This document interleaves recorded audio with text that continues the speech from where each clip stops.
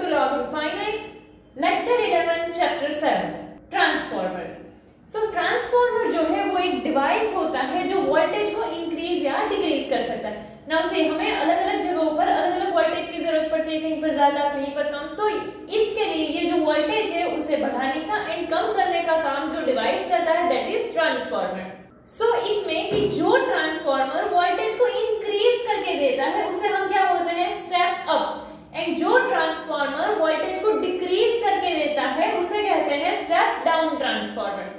ना ये जो ट्रांसफार्मर है वो इलेक्ट्रोमैग्नेटिक इंडक्शन के प्रिंसिपल पे काम करता है। इससे पहले हमने इलेक्ट्रोमैग्नेटिक इंडक्शन का जो पूरा चैप्टर है वो पढ़ा है। एंड ट्रांसफार्मर में होता क्या है वो अगर हम देखें तो उसमें दो कॉइल्स होती है ट्रांसफार्मर में। एंड ये जो कॉइल्स है उसे सॉफ्ट आयरन कोर में इस तरह से अरेंज किया हुआ होता है। बट इसमें जो पहले तो दो कॉइल है तो एक कॉइल को हम बोलते हैं प्राइमरी कॉइल एंड दूसरा जो कॉइल है उसे हम बोलते हैं सेकेंडरी कॉइल। तो यहाँ पर की कॉइल में नंबर ऑफ टर्न्स भी है, तो प्राइमरी कॉइल में जो नंबर ऑफ टर्न्स होंगे उसे हम बोलेंगे NP एंड सेकेंडरी कॉइल में जो नंबर ऑफ टर्न्स है उसे बोलेंगे NS। एंड प्राइमरी कॉइल जो है वो क्या होती है, इनपुट कॉइल। जैसे अगर हम यहाँ पर देखें तो ये प्राइमरी कॉइल हो जाएगी क्योंकि ये इनपुट कॉइल है। यहाँ पर ये वाली जो कॉइल है वो क्या होगी, प्राइमरी कॉइल। एंड जो आउटपुट वाली कॉइल होगी वो क्या होगी, सेकेंडरी कॉइल। सो यहाँ पर भी ये इस साइड से आउटपुट होगा तो ये क्या होगा, सेकेंडरी कॉइल हुई। सो इसमें दो कॉइल होगी, primary coil and secondary coil. Primary coil के लिए जो नंबर ऑफ टर्न्स होंगे उसे NP लेंगे, सेकेंडरी कॉइल के लिए जो नंबर ऑफ टर्न्स होंगे उसे NS लेंगे। And primary coil input coil होता है and secondary coil output coil होता है। कॉइल के अरेंजमेंट के हिसाब से हम दो टाइप में ट्रांसफार्मर देख सकते हैं, एक है कोर टाइप एंड एक है shell type. Core type transformer में क्या होता है वो, तो जैसे ये जो है ये क्या है, एक सॉफ्ट आयरन कोर है एंड सॉफ्ट आयरन कोर के सेपरेट लिंक्स पर अगर हमने कॉइल्स जो है उसे रखा है तो इसे हम क्या बोलते हैं, कोर टाइप ट्रांसफार्मर। एंड अगर ट्रांसफार्मर है एंड उसमें दोनों कॉइल्स एक दूसरे के साथ इस तरह से आई हुई है तो इसे हम बोलते हैं shell type transformer. And step up and step down में अगर हम देखें तो स्टेप अप यानी कि वो वोल्टेज बढ़ाने का काम करता है, अगर आउटपुट में नंबर ऑफ टर्न ज्यादा हुए तो वो स्टेप अप होगा। सो इसीलिए स्टेप अप इस तरह से होता है कि स्टेप अप में क्या होगा, प्राइमरी कॉइल जो है उसके नंबर ऑफ टर्न्स कम होंगे, सेकेंडरी कॉइल के नंबर ऑफ टर्न्स ज्यादा होते हैं। स्टेप डाउन यानी क्या करते हैं, वो वोल्टेज को कम करके देता है, तो यानी कि आउटपुट जो है वहां पर नंबर ऑफ टर्न्स कम होने चाहिए। सो स्टेप डाउन जो है उसमें सेकेंडरी कॉइल के नंबर ऑफ टर्न्स कम है कंपेयर टू प्राइमरी कॉइल। सो ये step down and step up के हिसाब से भी देख सकते हो। एंड ये जो है वो ट्रांसफार्मर का सिंबल है। सो इस पूरे में हमने सिर्फ ये देखा है कि ट्रांसफार्मर वोल्टेज को इंक्रीज या डिक्रीज करने का काम करता है। इंक्रीज करेगा तो स्टेप अप, डिक्रीज करेगा तो स्टेप डाउन। एंड ये इलेक्ट्रोमैग्नेटिक इंडक्शन के प्रिंसिपल पे काम करता है। इसमें दो कॉइल्स आई हुई होती है, प्राइमरी एंड सेकेंडरी। ये कॉइल्स जो है उसे सॉफ्ट आयरन कोर के साथ उसकी जो अरेंजमेंट है उसके हिसाब से दो वे हो सकते हैं, एक तो कोर टाइप एंड एक शेल टाइप। नेक्स्ट ट्रांसफार्मर का वर्किंग अगर हम देखते हैं तो प्राइमरी कॉइल जो है उसे जब हम अल्टरनेटिंग वोल्टेज अप्लाई करते हैं तो उसमें करंट प्रोड्यूस होगा एंड ये जो रिजल्टिंग करंट है वो अल्टरनेटिंग मैग्नेटिक फ्लक्स क्रिएट करेगा। एंड इसी अल्टरनेटिंग मैग्नेटिक फ्लक्स की वजह से सेकेंडरी कॉइल में EMF इंड्यूस हुआ। हमने स्टार्टिंग में देखा था कि जो ट्रांसफार्मर है वो इलेक्ट्रोमैग्नेटिक इंडक्शन के प्रिंसिपल पे काम करता है। एंड इलेक्ट्रोमैग्नेटिक प्रिंसिपल में हमने एक चीज देखी थी, वो क्या थी, rate of change of flux जो है उसकी वजह से EMF इंड्यूस होता था। तो यहाँ पर वही चीज हम देख रहे हैं कि जो रिजल्टिंग करंट है उसकी वजह से अल्टरनेटिंग मैग्नेटिक फ्लक्स आया एंड उस अल्टरनेटिंग मैग्नेटिक फ्लक्स की वजह से सेकेंडरी कॉइल में EMF इंड्यूस हुआ। एंड यहाँ पर ये जो EMF इंड्यूस हुआ है सेकेंडरी कॉइल में वो किस पर डिपेंड करेगा, उसका जो वैल्यू है वो नंबर ऑफ टर्न्स पे डिपेंड करता है कि सेकेंडरी कॉइल जो है उसमें नंबर ऑफ टर्न्स कितने होंगे। सपोज कि हम कोई एक आइडियल ट्रांसफार्मर लेते हैं कि जिसमें प्राइमरी कॉइल जो है उसका रेजिस्टेंस निग्लिजिबल है, तो इस पॉइंट पे क्या होगा, तो जो टोटल फ्लक्स है वो प्राइमरी एंड सेकेंडरी वाइंडिंग्स को लिंक करेगा। एंड सेकेंडरी कॉइल के साथ सपोज कि कोई भी लोड नहीं है एंड जो प्राइमरी कॉइल है उसमें जो नंबर ऑफ टर्न्स है उसे हम बोल देते हैं NP, सेकेंडरी कॉइल के नंबर ऑफ टर्न्स को हम बोल देते हैं NS। एंड जो प्राइमरी कॉइल में तो अगर हमें इंड्यूस्ड EMF देखना है तो वो हमें क्या मिलेगा, epsilon P equals to minus NP d∅dt। ये हमने स्टार्टिंग में ही देखा कि rate of change of flux से EMF इंड्यूस होता है। यही सेम चीज अगर हम सेकेंडरी कॉइल के लिए देखें कि सेकेंडरी कॉइल में जो EMF इंड्यूस होता है तो वो क्या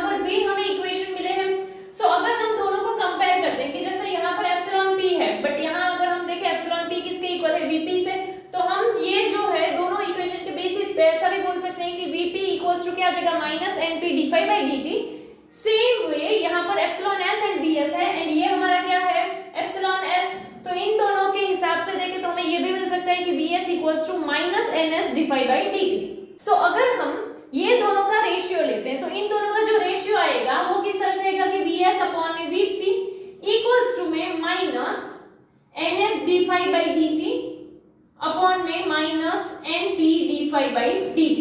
इस तरह से हो जाएगा। तो डिफाई बाई dt ये कैंसिल हो जाएगा एंड यहाँ पर ये जो है माइनस भी चला जाएगा तो बचेगा क्या कि vs upon vp equals to में ns अपॉन np। तो वो हमें वही इक्वेशन यहाँ पर मिला है। बट ये जो इक्वेशन हमें मिला है इसके लिए हमने कुछ अजम्पशंस करे थे एंड उसी अजम्पशंस के बेसिस पे हम ये इक्वेशन डिराइव करके लाए हैं।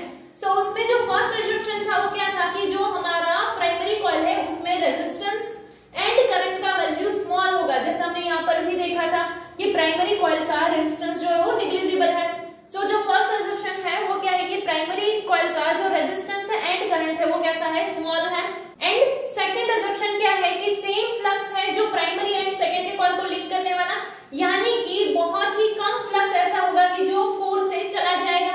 यहाँ पर भी हमने वही देखा कि जो टोटल फ्लक्स है वो दोनों को ही लिंक करता है। एंड जो थर्ड अजम्पशन है वो कि जो सेकेंडरी करंट है वो कैसा होगा, स्मॉल।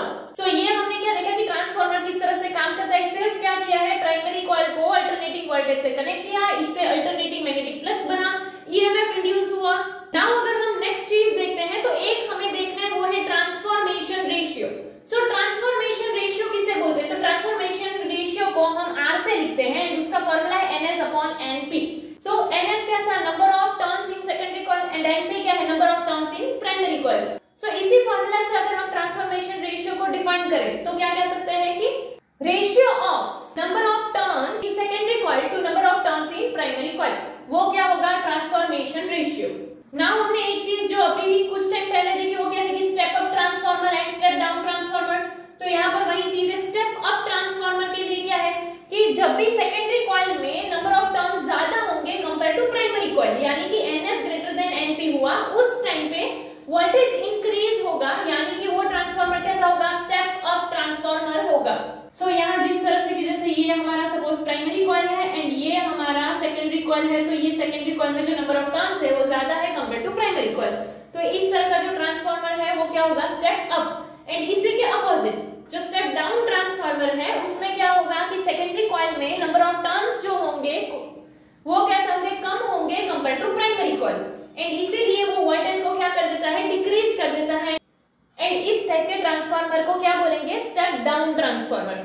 सो अगर ये हम देखें तो क्या, जैसे हमारा प्राइमरी कॉइल में नंबर ऑफ टर्न्स ज्यादा होंगे एंड सेकेंडरी कॉइल में नंबर ऑफ टर्न्स कम होंगे, तो ये क्या करेगा, वोल्टेज डिक्रीज किया हुआ देगा। तो यहाँ पर क्या है, स्टेप अप में NS greater than NP, step down में NS less than NP। Next, power for an ideal transformer. So ideal transformer जो होता है उसमें कोई भी एनर्जी लॉस नहीं होता है। एंड अगर इसमें कोई भी एनर्जी लॉस नहीं है, यानी कि इसकी एफिशिएंसी जो है वो कितनी होगी, 100% होगी। जितना इनपुट है उतना ही आउटपुट होगा, तभी कोई भी पावर लॉस नहीं हो रहा होगा। सो पावर जो है वो क्या था, P इक्वल्स टू IV। सो यहाँ पे अगर आइडियल ट्रांसफार्मर है तो हम क्या बोल सकते हैं, input power equal to output power होगा। सो इनपुट पावर जो है उसके लिए क्या आ जाएगा, IPVP equals to output power के लिए ISVS, ऐसा आ जाएगा। क्योंकि आउटपुट जो है वो कहां से होगा, सेकेंडरी कॉइल से होगा एंड इनपुट जो है वो कहां से होगा, प्राइमरी कॉइल से।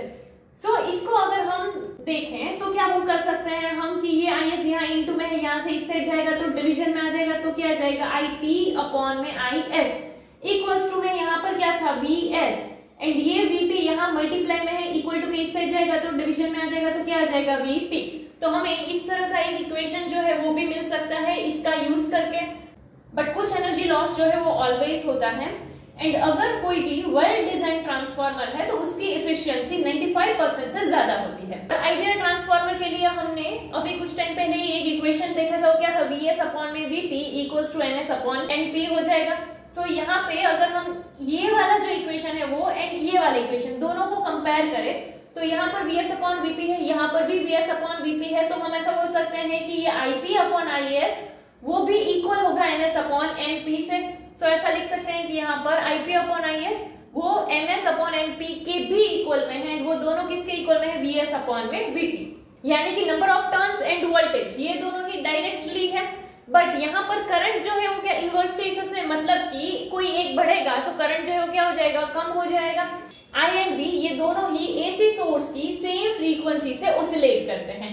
एंड अगर सेकेंडरी कॉइल जो है उसमें नंबर ऑफ टर्न ज्यादा हो प्राइमरी कॉइल से, ये अभी हमने थोड़े टाइम पहले देखा कि अगर हमारा सेकेंडरी कॉइल का नंबर ऑफ टर्न्स ज्यादा है कंपेयर टू प्राइमरी कॉइल, यानी कि ns ग्रेटर देन np है, तो इस इक्वेशन के अकॉर्डिंग क्या हो जाएगा, वोल्टेज जो है वो सेकेंडरी कॉइल में ज्यादा होंगे, यानी कि vs ग्रेटर देन vp हो जाएगा। एंड ये ट्रांसफार्मर कैसा था, स्टेप अप था, बट इसी को करंट के हिसाब से देखेंगे तो क्या हो जाएगा, करंट उल्टा हो जाएगा, यानी कि करंट कहां पर ज्यादा होगा, प्राइमरी कॉइल में कंपेयर टू सेकेंडरी कॉइल। सो जब ns ग्रेटर देन np है तो उस टाइम करंट के लिए क्या मिल जाएगा, ip ग्रेटर देन is। सो अगर नंबर ऑफ टर्न्स जो है वो सेकेंडरी कॉइल में ज्यादा है तो वोल्टेज जो होंगे वो सेकेंडरी कॉइल में ज्यादा होंगे, एंड ये ट्रांसफार्मर स्टेप अप ट्रांसफार्मर होगा, बट जो करंट है वो प्राइमरी कॉइल में ज्यादा होगा compare to secondary coil. Second अगर हम देखें कि सपोज सेकेंडरी कॉइल में नंबर ऑफ टर्न्स जो है वो कम हो कंपेयर टू प्राइमरी कॉइल, यानी कि आ जाएगा ns लेस देन np। सो इस टाइम पे वोल्टेज में भी क्या हो जाएगा कि ये स्टेप डाउन ट्रांसफार्मर बन जाएगा, एंड सेकेंडरी कॉइल के वोल्टेज जो है वो कम हो जाएंगे compare to primary coil.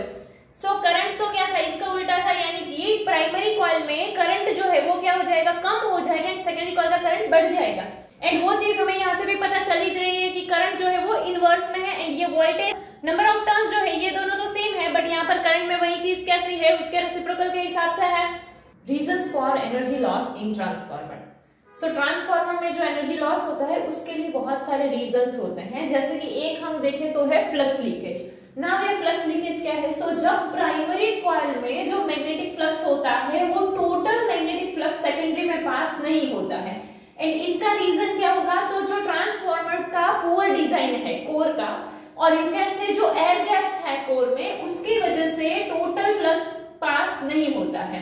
But इसे जो है हम ट्रांसफार्मर की डिजाइन को चेंज करके रिड्यूस कर सकते हैं। जैसे कि अगर हम देखें, हमने ट्रांसफार्मर जो है वो दो टाइप के देखे थे, कि एक में क्या था, इस तरह से जो उसके लिम्स के ऊपर कॉइल्स आई हुई थी, एंड दूसरा हमने देखा था कि दोनों कॉइल्स जो है वो एक दूसरे के ऊपर आई थी, जैसे एक यहाँ से यहाँ। सो इस वाले ट्रांसफार्मर में हम फ्लक्स लीकेज को रिड्यूस कर सकते हैं। यहाँ पर ये गैप ज्यादा है, इसकी वजह से फ्लक्स लीकेज हो सकता है, एंड यहाँ पर वो फ्लक्स लीकेज रिड्यूस किया जा सकता है। देन है resistance of the winding. Now यहाँ पे कि वाइंडिंग में जो वायर यूज हुआ है उस वायर का कुछ रेजिस्टेंस होगा, एंड उस रेजिस्टेंस की वजह से वायर में हीट प्रोड्यूस होगा एंड एनर्जी लॉस होगा। So high current and low voltage की वाइंडिंग में मिनिमाइज किया जा सकता है, जिसके लिए हम थिक वायर का यूज करें। एंड नेक्स्ट है eddy currents. Now alternating magnetic flux जो होता है उसकी वजह से एडी करंट्स इंड्यूस होते हैं। एडी करंट्स जो है वो कि जो इस तरह से ऐसे रोटेटिंग करंट्स होते हैं उसे हम एडी करंट्स बोलते हैं, एंड अल्टरनेटिंग मैग्नेटिक फ्लक्स जो है उससे एडी करंट इंड्यूस होता है, एंड इसकी वजह से एनर्जी लॉस होता है। सो इस एनर्जी लॉस को रिड्यूस करने के लिए हम लेमिनेटेड कोर का यूज कर सकते हैं। देन हाइस्टेरेसिस में अगर हम देखें तो कि कोर जो है उसका मैग्नेटाइजेशन होता है, बट वो रिपीटेडली रिवर्स होता है क्योंकि अल्टरनेटिंग मैग्नेटिक फील्ड है, एंड इसी वजह से इसमें कुछ एनर्जी लॉस होगा हीट के फॉर्म में। एंड इसे अगर हमें मिनिमम करना है तो हम कोई ऐसा मैग्नेटिक मटेरियल लेके जिसका हिस्टेरेसिस लॉस जो है वो बहुत ही ज्यादा कम हो। एंड ट्रांसफार्मर जो है वो एसी वोल्टेज पे वर्क कर रहा है, एंड इसीलिए एवरी साइकिल पे जो कोर है उसकी लेंथ इंक्रीज एंड डिक्रीज होती है। इसकी वजह से ट्रांसफार्मर में नॉइज प्रोड्यूस होता है, एंड इस नॉइज की वजह से भी कुछ एनर्जी लॉस होता है। सो ये ऐसे रीजंस है कि जिसकी वजह से हमें ट्रांसफार्मर में एनर्जी लॉस देखने को मिलता है, एंड उसके कुछ सॉल्यूशंस भी है कि हम इस एनर्जी लॉस को रिड्यूस कैसे कर सकते हैं। नेक्स्ट नाउ हम ट्रांसफार्मर का यूज देखते हैं पावर डिस्ट्रीब्यूशन के लिए। Large scale transmission and electric energy के डिस्ट्रीब्यूशन के लिए हम ट्रांसफार्मर का यूज करते हैं। जनरेटर का जो वोल्टेज आउटपुट है उसे स्टेप अप किया जाता है कि जिससे करंट रिड्यूस हो जाए एंड जो लॉस है उसे भी कम किया जा सके, एंड कंज्यूमर के नियर सबस्टेशन पे लॉन्ग डिस्टेंस पे ट्रांसमिट किया जाता है। एंड 240 वोल्ट की जो पावर सप्लाई घर तक होती है उससे पहले भी वोल्टेज को स्टेप डाउन किया जाता है। जो कोई भी डिस्ट्रीब्यूटिंग सबस्टेशन है वहां पर स्टेप डाउन किया जाता है, एंड यूटिलिटी पोल्स पे भी स्टेप डाउन किया जाता है। एंड इसके अलावा अगर हम ट्रांसफार्मर के यूजेस देखते हैं तो ट्रांसफार्मर का यूज जो है वो radio receiver, telephone, loudspeaker, इन सब में स्मॉल ट्रांसफार्मर्स का यूज होता है। एयर कंडीशनर, कंप्यूटर, इन सब में भी ट्रांसफार्मर का यूज होता है। हम ट्रांसफार्मर को एज अ वोल्टेज रेगुलेटर भी यूज कर सकते हैं, पावर सप्लाई को स्टेबलाइज करने के लिए यूज कर सकते हैं। स्टेप अप ट्रांसफार्मर जो है वो इलेक्ट्रिक वेल्डिंग के टाइम पर जो इंक्रीज इलेक्ट्रिक करंट चाहिए तो उसके लिए हम यूज कर सकते हैं। इसके अलावा एक्सरेज प्रोड्यूस करने के लिए भी हम उसका यूज कर सकते हैं। एंड अगर हम स्टेप डाउन ट्रांसफार्मर देखें तो उसका यूज मेटल्स को मेल्ट करने के लिए किया जाता है। एंड जो पावर स्टेशन पे इलेक्ट्रिक एनर्जी प्रोड्यूस की जाती है वो कंज्यूमर्स तक ट्रांसफार्मर के थ्रू ही पहुंचती है।